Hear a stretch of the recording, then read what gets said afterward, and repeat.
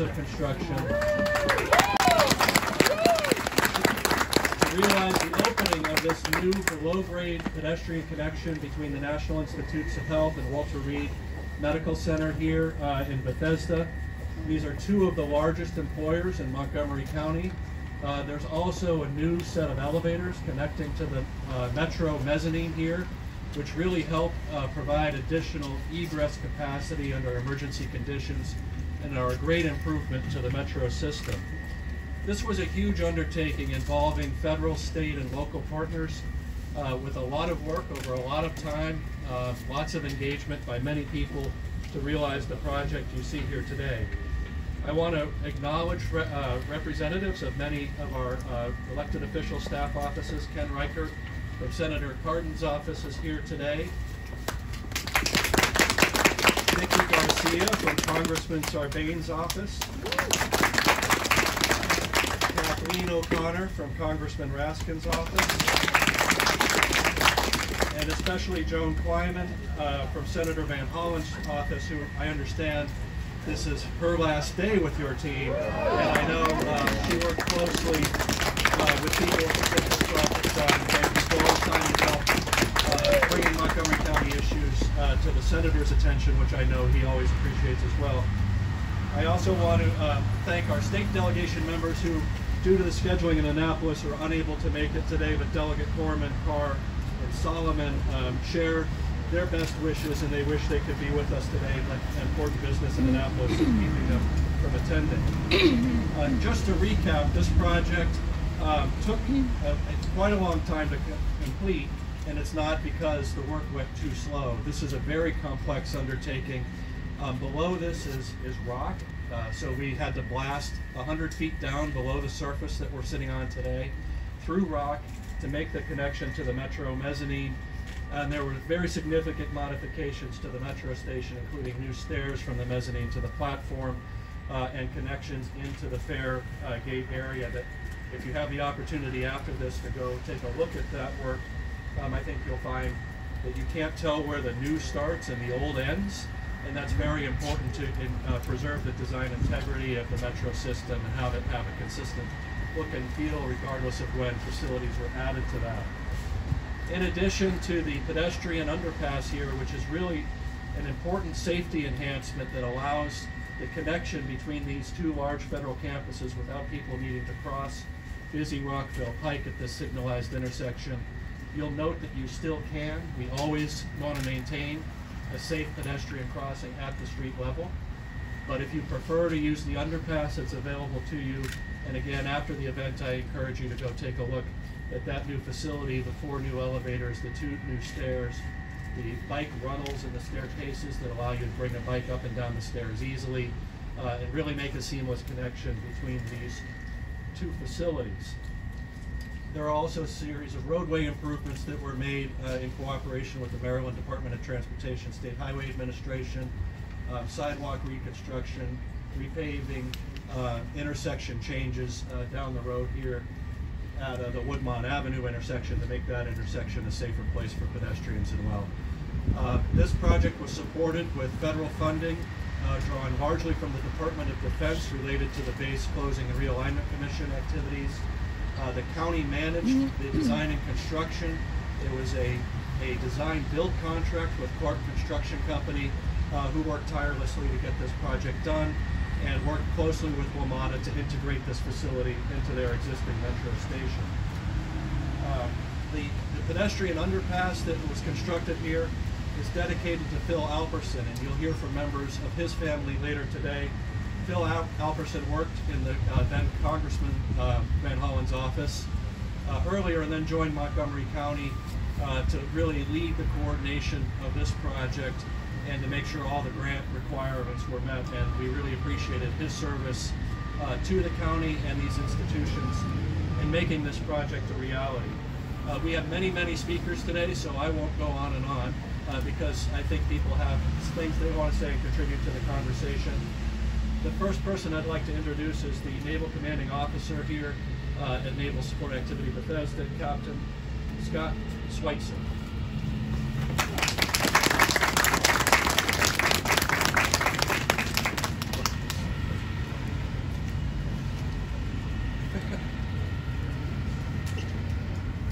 Thank you, Chris. Good morning, everyone.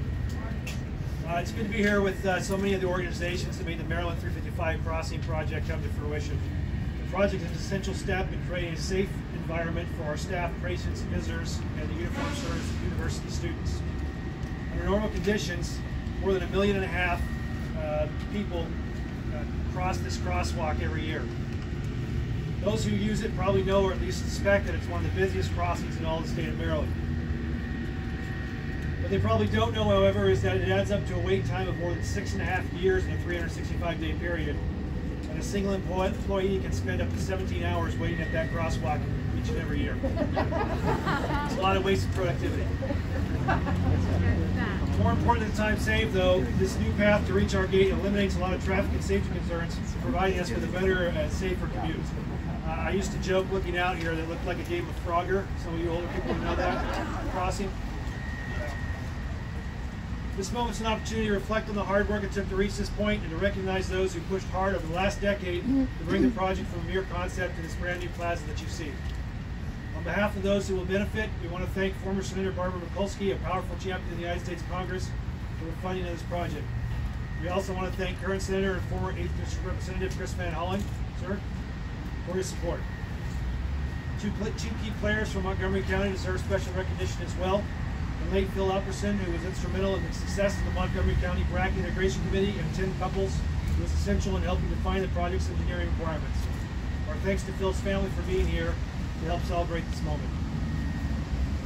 Thank you also to the Federal Highway Administration and Maryland State Highway Administration for your oversight and assistance with safety and traffic. I'd also like to mention the artwork that you saw, or will see if you haven't been below, on display in the shallow underpass. Courtesy of the National Institute of Health and the USO, one of our great partners who does so much for our service members here on the base and elsewhere around the country.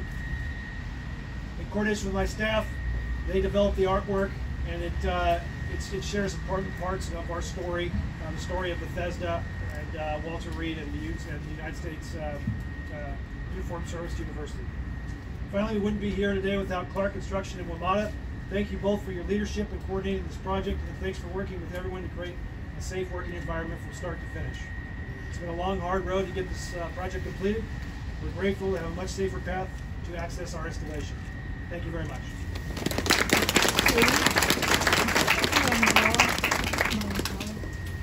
Thank you, Captain. I'd now like to introduce our county executive, Mr. Mark Elrich. Thanks very much.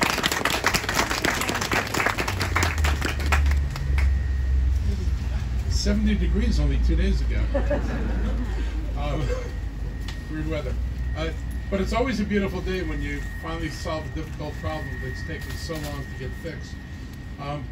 This is really important intersection. It's an important improvement for residents of Montgomery County, for people who work in Montgomery County, and particularly people who access this station going to. These are our two largest employers in Montgomery County, just in case you're wondering. This intersection, this is not an insignificant place here. And between Center Lane and Cedar Lane, this is also one of Montgomery County's high injury spots, part of the high injury network. Ought to have a high injury network, but this isn't the high injury network, and it's due to the elevated levels of serious crashes and fatal crashes. In the last 6 years of construction, 4 pedestrians have been injured here, 6 bicyclists. There have been 7 serious auto accidents and 1 fatality, just in this space here. According to the Vision Zero expert, this is one of the most dangerous intersections in the entire county. And individuals crossing the street are some of the smartest and bravest and probably best Frogger players in this nation. It's a skill. Naval Support Activity Bethesda and Walter Reed Medical Center, like I said, they're the second largest employer, and it's NIH, which is our largest employer. And this project was hard to get completed. This is not an easy thing. It looks easy when you're down there. Maybe I'm looking at this and thinking, really? But 100 feet of rock to blast through, that you don't see. And where there's rock, there's also water around here, so there are a lot of things that impact the station, so there's a lot of work to be done. I want to thank some of the folks who've been critical to this. Senator Cardin's not here, but Ken Reichert from the staff is here, and he was an important part. And of course, former Congressman and now Senator Chris Van Hollen played an important role in getting this done. and Senator Barbara Mikulski. Things moved through the Senate and come to Montgomery County. She was a big help in making sure these things move forward. I want to thank all the community and business leaders. This was truly a joint project. This community was deeply involved in how this was going to get done. It was important to them that it be done right, and our folks and the staff here took the time to make sure this project was done in a way that was consistent with what people in the community wanted to see happen here. I remember those early discussions, and we've come a long way from those early discussions. It's really nice to see what's actually transpired here. And I want to thank our partners in the Department of Defense, the Navy, Maryland SHA, Federal Highway Administration, National Institutes of Health, and the Washington Metropolitan Area Transit Authority, and Clark Construction. All of you made this project happen. You worked together. You focused on getting it to the end. I know it seems like a long time, but again, the work required it, and the cooperation, I think, was well worth it. I want to just close by saying something about Phil. We're standing here on Apperson Way, and it's really a tribute to the work that he put into it. He worked, for the county for 32 years. He was both a guide and leader on the Brac process. He was picked as the logical person to lead us through Brac, and Brac, we know, is bigger than just this. And his knowledge and understanding and his patience, and I had witnessed to his patience, particularly during the early days, was critical in getting this and keeping this on the path that it was. So we're naming the Brac 355 Underpass Alberson Way to properly acknowledge and remember Phil in recognition of his years of dedicated public service and this indelible mark which he will leave on Montgomery County, this community, and for his leadership throughout the Brac process. As always, Montgomery County has lots of dedicated employees. We get things done here because of the workforce we have is willing to put the time, energy, and thought into doing things the right way. And Phil is just a stunning example of that. I really appreciate, thank the family for coming here. And I know the sacrifice that you had to make with Phil during the time he was working. This was not a 9-to-5 job. It wasn't something you did and then you walked home to. So the support he had undoubtedly was important to his success. So thank you especially for that. Thank you all.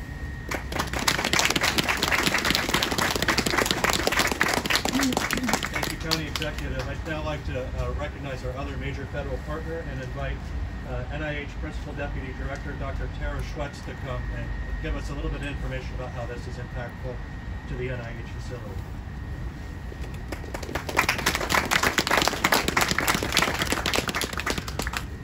Morning, everyone. 70 degrees would be really nice right now.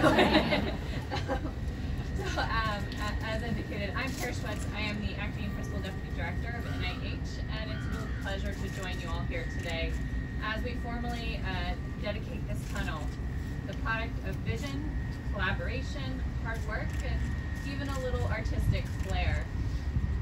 Here we find that that form truly meets function, and it's an essential function too, as you heard earlier. The intersection at Medical Center Transit Center is constantly busy, especially pre-pandemic, and it's always been such a very congested place with pedestrians and cyclists and personal vehicles and buses all moving through this area. And the project gives pedestrians and cyclists the option of a safe, well-lit tunnel under the roadway, allowing them access to cross without having to wait for the traffic light to change. And it's an enormous improvement that makes the intersection safe for everyone, which is, of course, top priority. This achievement is the culmination of an array of federal, state, county roadway, and shared use path improvement projects on all sides of the NIH Bethesda campus. These projects have widened intersections to improve traffic flow and pedestrian and cyclist safety, and have elevated the overall experience by widening paths, improving lighting, planting trees and flowers, which is always nice, and sustaining the environment by properly addressing stormwater management. As a whole, the project has been a model of intergovernmental cooperation and prudent investment in infrastructure for a sustainable future. It will enhance the safety and commuting experience of thousands who use the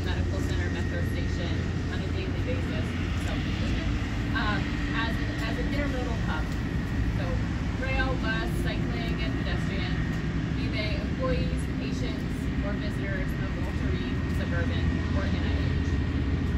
And of course, it will serve the community needs of Bethesda residents. NIH is honored to have collaborated with all these state, federal, and county Colorado leaders, as well as industry partners, who designed and constructed the new crossing and made this project, which seemed really impossible almost 10 years ago, and helped make it a reality. I'd also like to thank NIH's many contributors to the project. These include the Community Liaison Council, managed by our Office of Communications and Public Liaison, which allowed us to update the community on the project and its progress. Our representatives on the Brac Implementation Committee, which included staff members from the Office of the Director, the Office of Research Facilities, and the Office of Research Services. And I want to note a special thank you to Dan Whelan, Alfred Johnson, and Colleen McGowan, who were heavily involved in NIH's participation in this construction project. So congratulations to everyone involved. Thank you so much for all of your hard work. We're really grateful to see that this is a reality now. Thank you.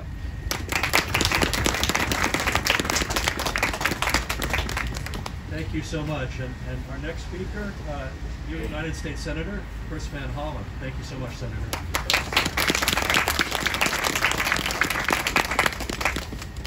Well, thank you, Chris. It's great to be here with so many of my colleagues and all the partners who were critical to bringing us here today. County Executive Elrich, thank you for your leadership. To my colleagues on the County Council, thank all of you. To the men and women who work at two great American institutions, Walter Reed Military Medical Center and NIH, thank you for your service to our country. You are examples to the world, and as the county executive said, the two biggest employers right here in Montgomery County. Thank you, Paul. Thank you, Paul Wiedefeld, Metro, all your team for connecting these two through the tunnel. And Senator Cardin, as you heard, wanted to be here, as did Jamie Raskin, as did John Sarbanes, and thank the representatives for being here as well. Thank you, Chris, for mentioning Joan Kleinman, who headed my district office in the House of Representatives, now my state office.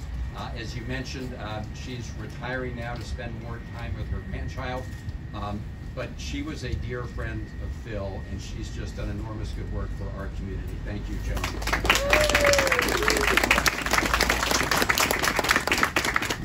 And Joan and Phil really started the same day in our congressional office, and I'm going to really pick up where Mark left off and talk a little bit about Phil. You're going to hear a lot about this project. It's a critical project for all the reasons that have been said, and you'll hear about. But I do want to take this moment to talk about Phil Alperson. My world intersected with Phil Alperson's about 20 years ago.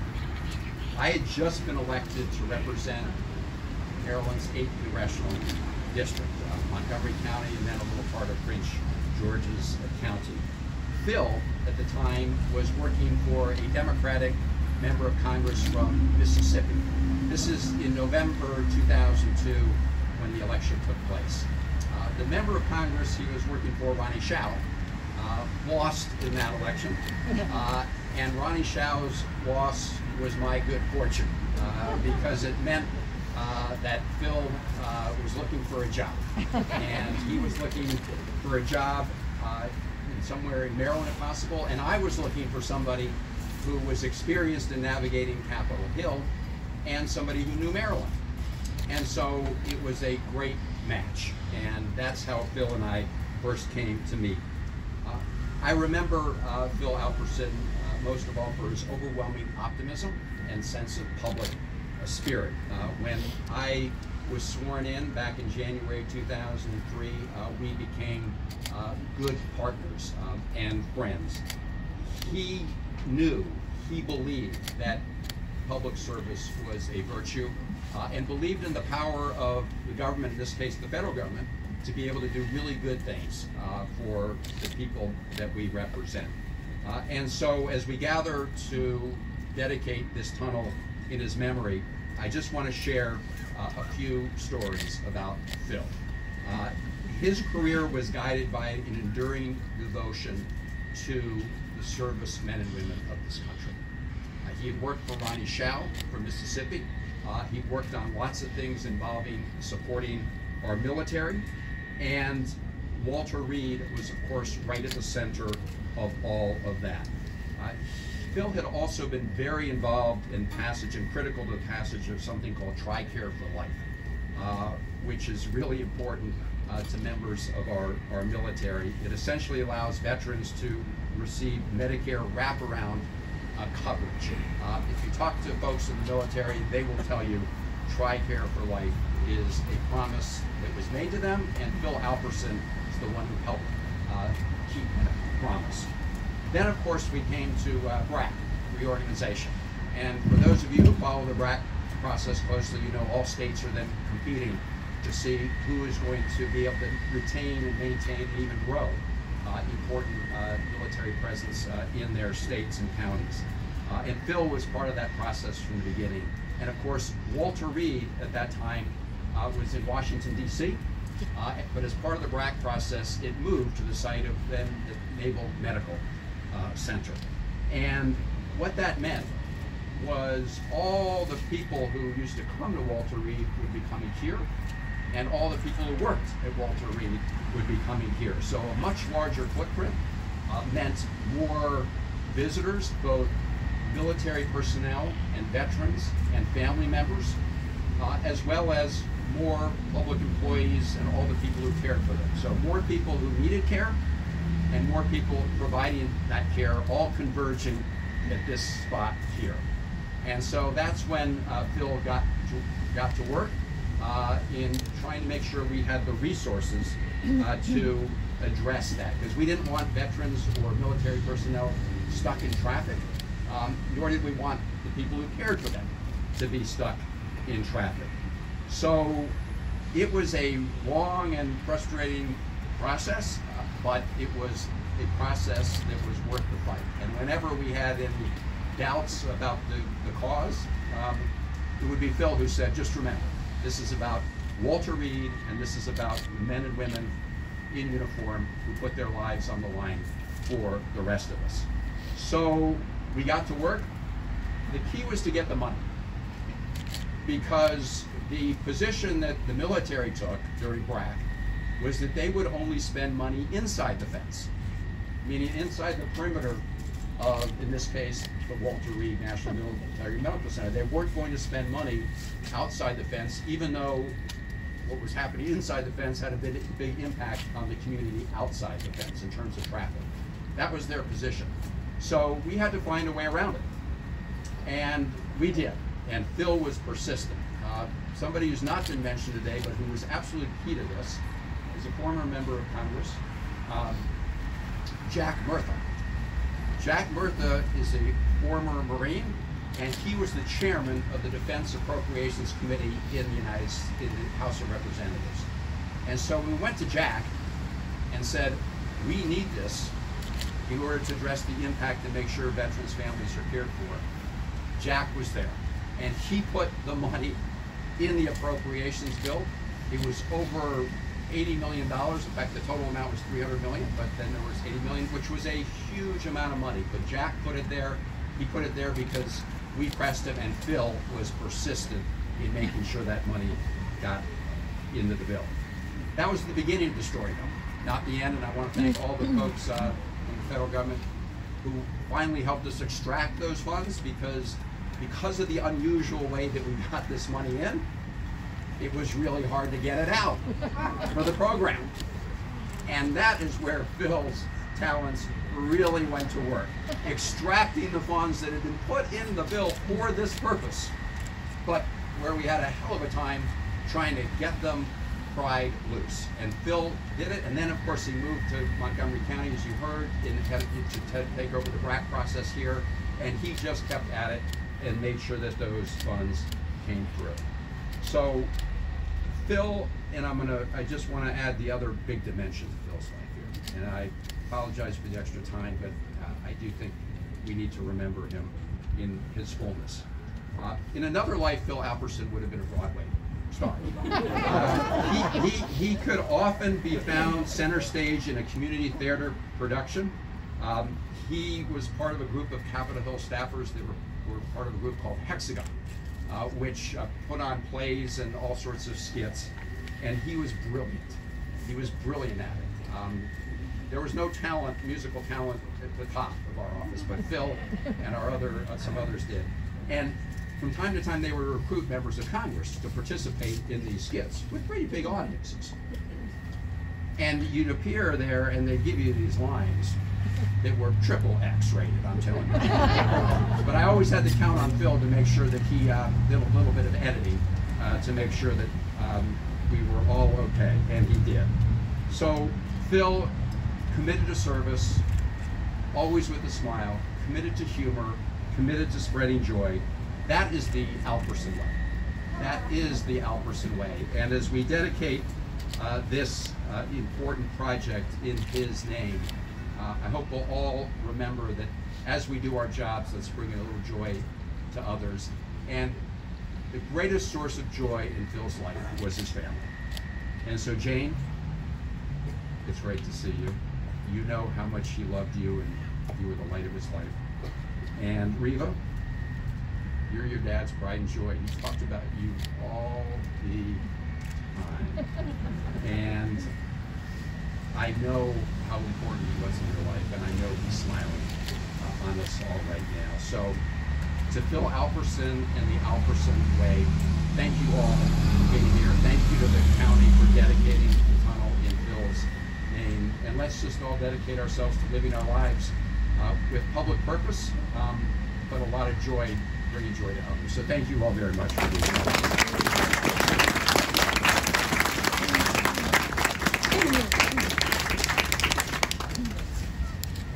Very much, Senator, for bringing some human scale to our remarks today and not just talking about concrete and stone. I would now like to introduce the Director of the Office of Local Defense Community Operation, Mr. Patrick O'Brien.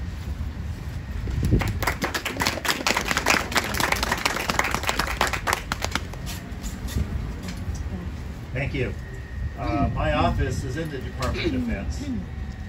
And on behalf of Secretary Austin and the men and women who serve our country, I want to thank those of you that are here today for recognizing the effort that was put forward. And before I get into those more specific comments, I want to make a couple higher comments. There's a little bit more to the story than Senator Van Hollen may have shared with you. So, Walter Reed was not alone in the impacts where DOD was moving personnel, and there were several different locations where we had transportation problems. People could not get to the new base. And in some instances, those impacts, we were increasing the personnel 50% or more. And some of those locations were in the hundreds, if not thousands of people. And so the department, as is typical in these kinds of things, it's on state and local government to do this. And it puts my office in an awkward spot because I'm kind of like in between this dynamic that occurs. And so we heard from the Maryland folks. We also heard from a guy named Moran. I perked up when I heard Moran because I'm O'Brien. But the Virginia delegation had a concern. The Washington State delegation had a concern. So this $300 million program that came into existence, it only did come about because of the push made by then Congressman Van Hollen through the appropriators. But pushing the money was just part of it. I got a call from our comptroller asking me, can you execute this? Can you do this? And as I said, this is where my office picks up. My office knows how to do these things. But we had to compete money. And we competed that $300 million. So the efforts that the congressional delegation for Maryland, Congressman Van Hollen, exercised, along with the others, didn't just benefit Walter Reed. As a result of that competition, people now have access, better access to Joint Base San Antonio. If you ever burn yourself in the military, that's where you have to go usually.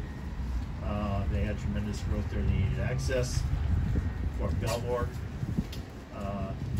If you ever go down to Fort Belvoir, Route 1 was widened to more than 2 lanes, more than 4 lanes.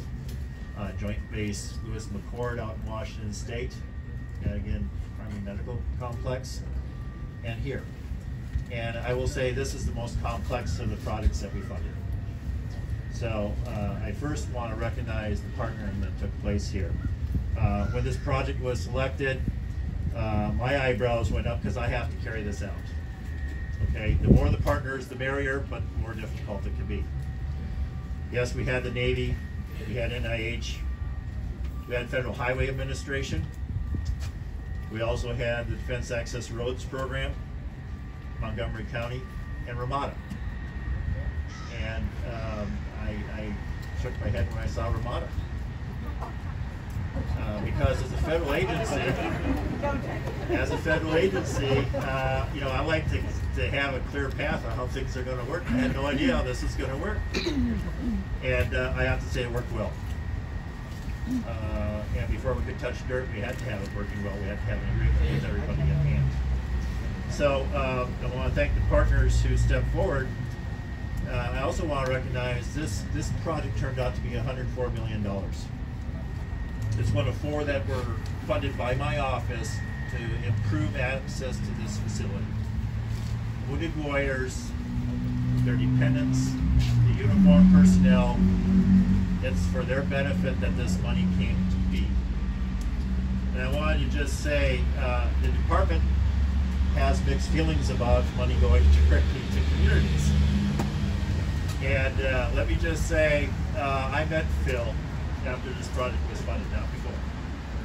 I met a guy named Paul Giulo, who you may recall who he might have been, some other folks. But after this project was funded, I sat down with Phil and our project management team, and I'll get to that in a second. But I told them, I don't care what happens, we're not going to fail on this because there's a lot of people that would like to see this fail. And the only reason it didn't fail is because of the people you have here today. They refused to let it fail. And when they took that at heart, it wasn't 24/7, it was minute by minute, all right? And there wasn't an issue that they couldn't address. And I'll just bring up a couple of them. When we first started the project and it was going, you heard about the tunnels, you heard about the elevator shafts, and the rock they had to blow through. Well, they got into the project and they realized they were about $30+ million short. And actually it was about $36 million short to be exact, and our original grant was $40 million to them. And so my project team brought it to me, and I looked at them and they said, what? And you know, when you blow through that kind of stone and stuff, you encounter things you don't know. You don't know what you don't know. And I want to credit Montgomery County for helping me come up with some of that shortage. And I don't know how the hell we did it, but we came up with the rest of it. And it's almost like there was this hand behind our actions looking after us. And I can't say enough that when you do projects like this, you have environmental issues, you have construction problems. We had a construction accident on this site.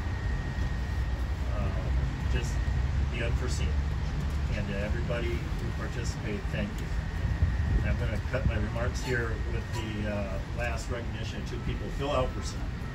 A lot of people spoke about Phil.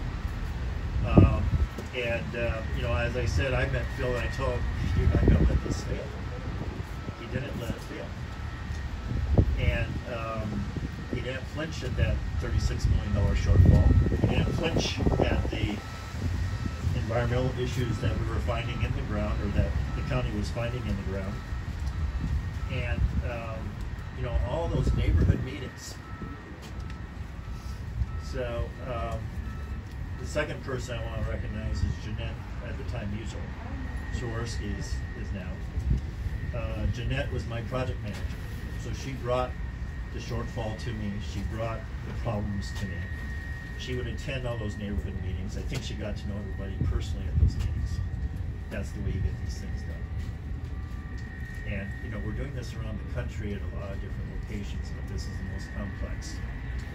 And I have to say that between Jeanette and Phil, so Jeanette on the federal side and Phil on the local side, they're the ones that are accountable for this. And so on behalf of the Secretary again, we thank the people in Montgomery County, the congressional folks from Maryland, both past and present, as well as the leadership, and quite frankly, the neighborhood.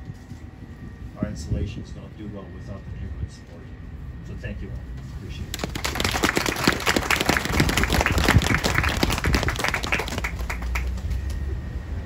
Thank you so much. Now I'd like to introduce our council president, Mr. Gabe Albernos.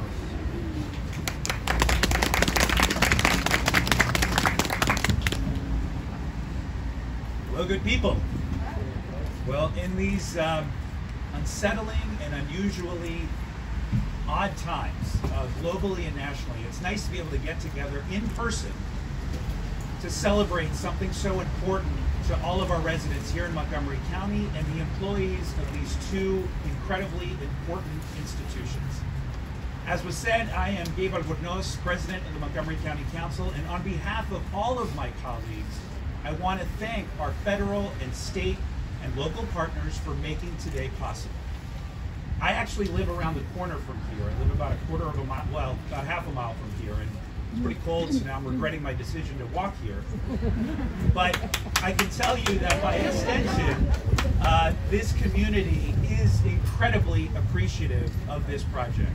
I want to thank our Department of Transportation for their tireless efforts to make sure that this happened and that we are here today to celebrate it. 12 residents in Montgomery County have lost their lives in the last 14 months on Montgomery County roads. So it has never been more important than right now for our federal, state, and local partners to advance projects like this that ensures the safety of all of our residents. And it's not a stretch to say that it is in our national interest to make sure that the incredible employees of these two institutions arrive to their places of work safely and efficiently every day.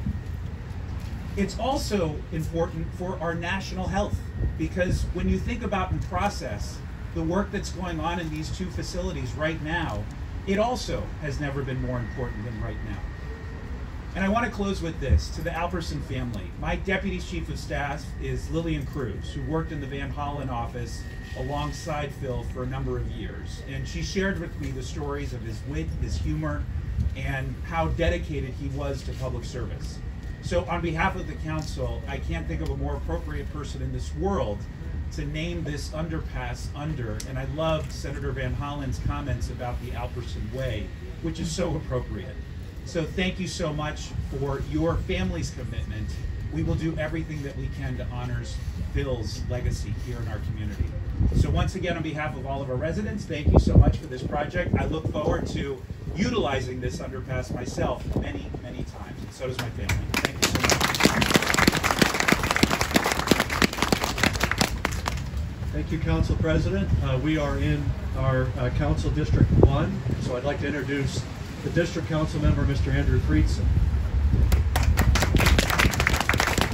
Thank you so much, Chris. Thank you to everybody for being here. I will just say I definitely live closer to NIH than Gabe does. He definitely lives closer to Walter Reed Medical than I do. We got to get out the measuring tape to determine who lives closer to the tunnel, because it's pretty close. And you do. You got us both people. We're definitely inside the mile marker to both. But this is a project that showed why we call this Rockville Pike several $100 million later, but one that is incredibly complicated. It took a lot of leadership from a lot of people, starting with Senator Van Hollen and Phil Alperson and so many others, so many people who are here today and many who are not here today who made this possible. This is a project that's about keeping people safe. It's about keeping our country safe, as Gabe mentioned. This is keeping the people who keep our country safe, who keep our country and the world healthy, keeping them safe and healthy. Tens of thousands of people, 1.5 million people a year, who will be able to go to and from work, do world-changing research, will literally save the world many times over, will protect our country, will protect freedom around the world, and will be able to do so in a way that they're safe and their families are safe. And you can't measure that in dollars. You can't measure that in years. I will note 7 years, 7 in the Bible is completion. So I'm very glad that this is complete. Certainly a long time coming. But this is also a really good example of what happens when we embrace the federal presence that we are so lucky and fortunate to have in Montgomery County, and when our federal partners embrace the county and embrace the communities in which they live in. That doesn't happen everywhere. That doesn't always happen, and it didn't happen by chance. It happened by choices. And so thank you so much to our federal partners, our federal delegation, our federal leadership, and thank you so much to the community leaders, the Brac Implementation Committee, the neighborhood leaders, the community leaders. You know, we're so lucky. I'm just thinking of some people who are here: Ilya and Debbie and Nancy and Patrick and Janan and Ed and Richard. There's so many others. I can't name everybody, but you know, the 7 years that this took to happen, it happened a lot of late nights, a lot of volunteer hours, a lot of blood, sweat, and tears, and I'm just so glad and so privileged that this is going to be here for so long. And I'll just you know, note when it comes to Phil Alperson, his way is going to keep people safe. To be able to call this Phil Alperson way, he is literally going to continue to lead people in a way that will keep them safe from harm, which is such a beautiful testament to his service and his memory.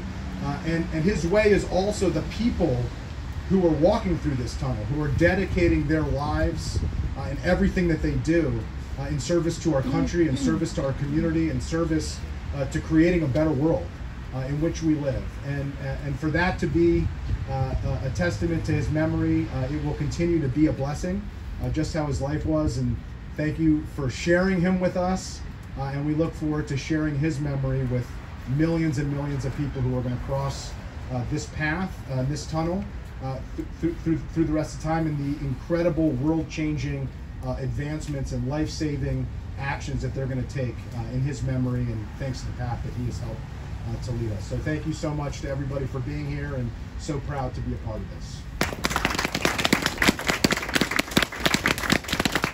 Thank you, Councilmember Friedson. Next speaker, Mr. Will Jawando, council member also from Montgomery County.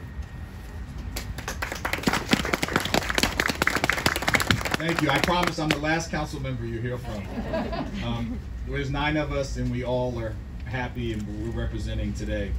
My dad actually worked at Walter Reed for many years, and went through the Brac process and made this walk that he's no longer with us. He passed in 2017, but I'm really happy that his colleagues, thanks to the work of so many, including the Alpersons and Phil, will be able to do it a little more safely. Senator Van Hollen mentioned the theme of public service, and I wanted to say something about that as well. That's a really connecting point here. Everyone here is here to help people in our community and around the world. My dad was one of them. Phil was one of them. We as electeds are one of them. Some are here, some are gone. And if you heard some of the names that were mentioned, Jack Murtha, the indomitable presence that he is and was, Senator Barbara Mikulski, and of course Phil. They aren't here today. Some are still with us, but some have retired.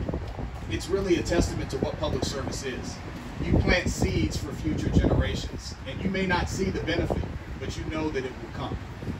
And in small and big ways, that's what this is about. It's going to help people be safe. It's going to help the technology and the innovation that happens in these 2 buildings and the life-saving medical devices and the like to go forward. And that's a big deal.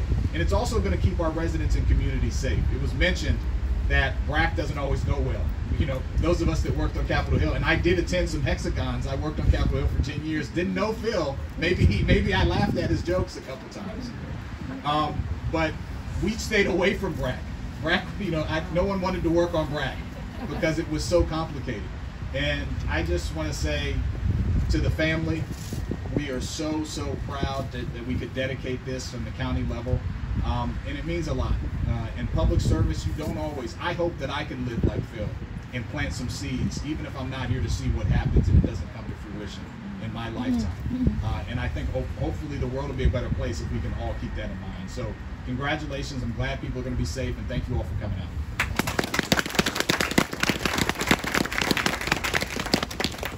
Thank you, Councilmember Jawando. Next, the leader of a regional organization that I very much admire, Mr. Paul Wiedefeld. Good morning. I will be very, very brief. Three things. Our number one priority is safety, and that's what this project is about, so it's fantastic to have it as part of it. Second, it's about partnerships, and we even get to work with DOD, and that worked out fine. Thank you. And then third, we're open for business. Please use our system. We need the money. Thank you so much.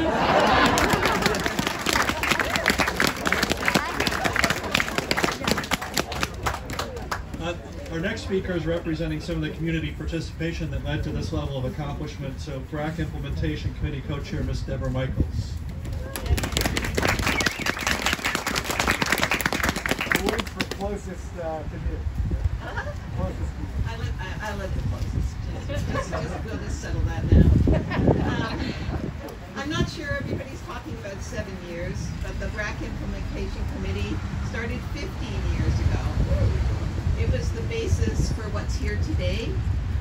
It was a joint effort. I'm just one small person in a large conglomerate of residents, businesses, chambers, elected officials, NIH, NSA Bethesda, I got the name right now, and all of our political leaders, from council members to Senator, was then Congressman Van Hollen, who was our champion from the get-go, and for that we thank you. The most important word in the Community Implementation Committee, the guidance that we got from the county that had the foresight to start this committee, was implementation. Failure was not an option. We were given the mission to make Brac work for all of us. There was no failure allowed. We took that to heart. Everybody worked together, doors were opened, partnerships aligned.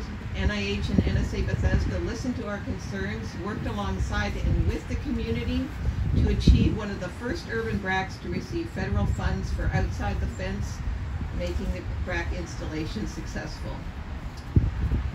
To help us through those 15 years, most of them, was Phil. Phil worked endlessly to facilitate the process and to make sure our goals were achieved through knowledge, perseverance, expertise, and I'm reading this because I want to get it all out, and a wicked sense of humor. Phil got things done. He always took your phone call, found solutions and compromises when roadblocks and tempers were raised. Phil's previous government experience, especially with our other champion, Senator Van Hollen, held him in good stead with his accomplishments. I'd like to thank everyone for recognizing the importance of Phil's work and what we as a community, with his guidance and fruition, have achieved. I would also like to thank Phil's family for their support and allowing us to keep a little bit of Phil with us as we all walk the Alperson way. Thank you.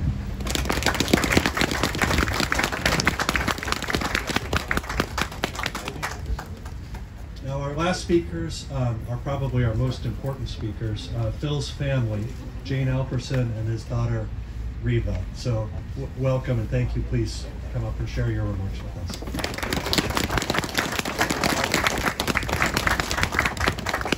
Oh, gosh, it's cold, isn't it? Okay. I look around here, and I don't know all of you, and certainly not with your mask on, but I really thank all of you for being here. It's really exciting for us. It's a gift to us to have Phil so kindly recognized. He would be so honored to see you all here, and he would be so excited to see the culmination of this whole thing, because it is such a big thing. He was committed to public service even as a high schooler and in White Plains, and he's got a couple of people here who went to high school with him. And he came to Capitol Hill, and the rest is history. He did instill that, talk to us about that, and my daughter is pretty much in public service now, public health. So, and I've worked at Department of Justice, that counts for something. So, but we really care. we care about our fellow man. I met him in Hexagon, and I was the props crew chief. He was a big star. But what I liked about him was he was running for president, so my interest in power, drew me to him. But once he was president, he was able to get people to compromise. And the organization had some interesting characters. But he was able to get people to talk to each other, to accept reality, just to do these things. So didn't ever feel like I could do it as well as he could. So I was happy about that. And as far as this project goes, I have a lot of extended family in South Carolina, and they heard about Brac a lot. With Phil would visit, and they were going, what is it? And each reunion, he'd have to explain again what it was. So we've all heard that a lot. I remember, and I think it was one weekend in the summertime, there was tension about the breakthrough into the metro station. And I think it was a weekend, maybe a Friday or something like that. And I just remember the tension. And then finally, it did keep getting postponed, but then it finally happened. It's like, oh, okay, nothing hideous happened, but I personally remember that. The last thing I'll leave you with is something from Phil's notes I found. And you'll appreciate this, he, in his little chicken scratch handwriting, had written and underlined it. This is Walter Reed. And that is the way he lived. And you know what? You could be against what he wanted. He would come back at you that way. He was on message, and it was a beautiful thing, and he believed it. He just believed it. And it was just wonderful to see a person with that kind of commitment. So that's my words today. I'm not sure my daughter has anything to say. I wasn't prepared to speak today, but thank you all for coming. We really appreciate it. Thank you.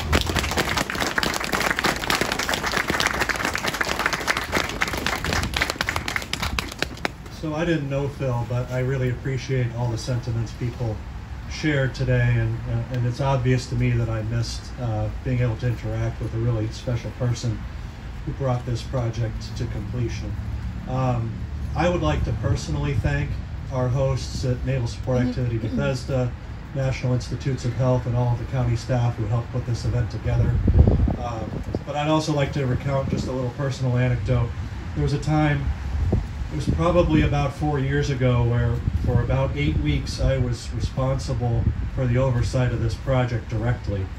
And that was an interesting time, and through that experience I really got to appreciate how complicated many of these things were, like did the doors lock or not lock.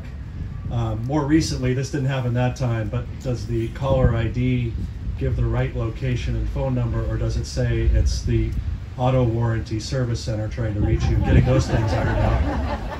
And other questions like, was the hole that was being blasted through the rock big enough for the shaft, given some building code changes? So lots of challenges, lots of complication.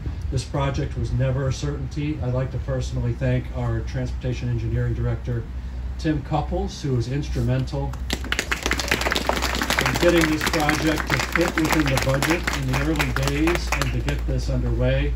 And Frank Kingsley, who oversaw this construction and completion of the project, and who has a future in voiceover, as you'll hear in the narration of the video on the tunnel. And then finally, I'd like to thank all of the staff from all of the departments, WMATA, the State Highway Administration, Montgomery County, Department of Transportation, Department of Defense, National Institutes of Health, and all the people who aren't here, didn't get their names called, but without them this wouldn't have happened. So thank you to everybody. I welcome you to take tours of the facility, to ride the escalator, for Paul's benefit, to use the fare gates to go in and out of the WMATA station, and to appreciate the art and the stories that are told on the video below, and for your perseverance in the less than pleasant, this is February, it is supposed to be like this, everyone, day, and for your attendance. Thank you very much.